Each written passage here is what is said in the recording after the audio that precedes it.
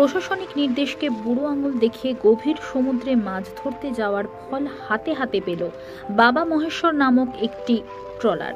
উল্লেখ্য, আবহাওয়া দপ্তর, মৎস্য দপ্তর এবং প্রশাসনের পক্ষ থেকে জানিয়ে দেওয়া হয়েছিল 21 তারিখ পর্যন্ত কেউ গভীর সমুদ্রে মাছ ধরতে যেতে পারবে না, কারণ সমুদ্র উত্তাল থাকবে, প্রাকৃতিক বিপর্যয় হতে পারে।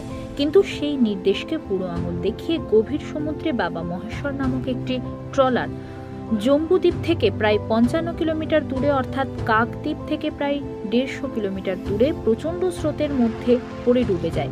আশেপাশে থাকা কয়েকটি ট্রলার মৎস্যজীবীদের উদ্ধার করে, তবে ট্রলারটির কোনো সন্ধান পাওয়া যায়নি। মৎস্যজীবীদের আনা হচ্ছে নামখানায়।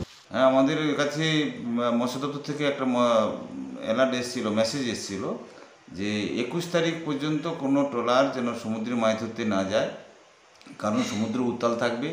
তারপরে পূর্ণিমার একদম ভরা কোটাল।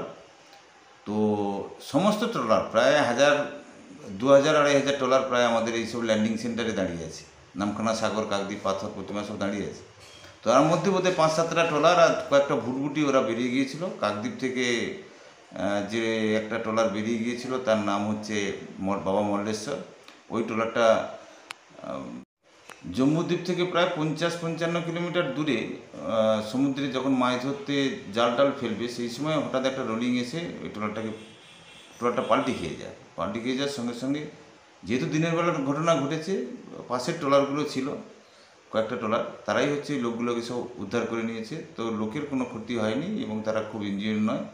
তো ওদেরকে হচ্ছে আমাদের নামখানার ঘাটে নিয়ে আসা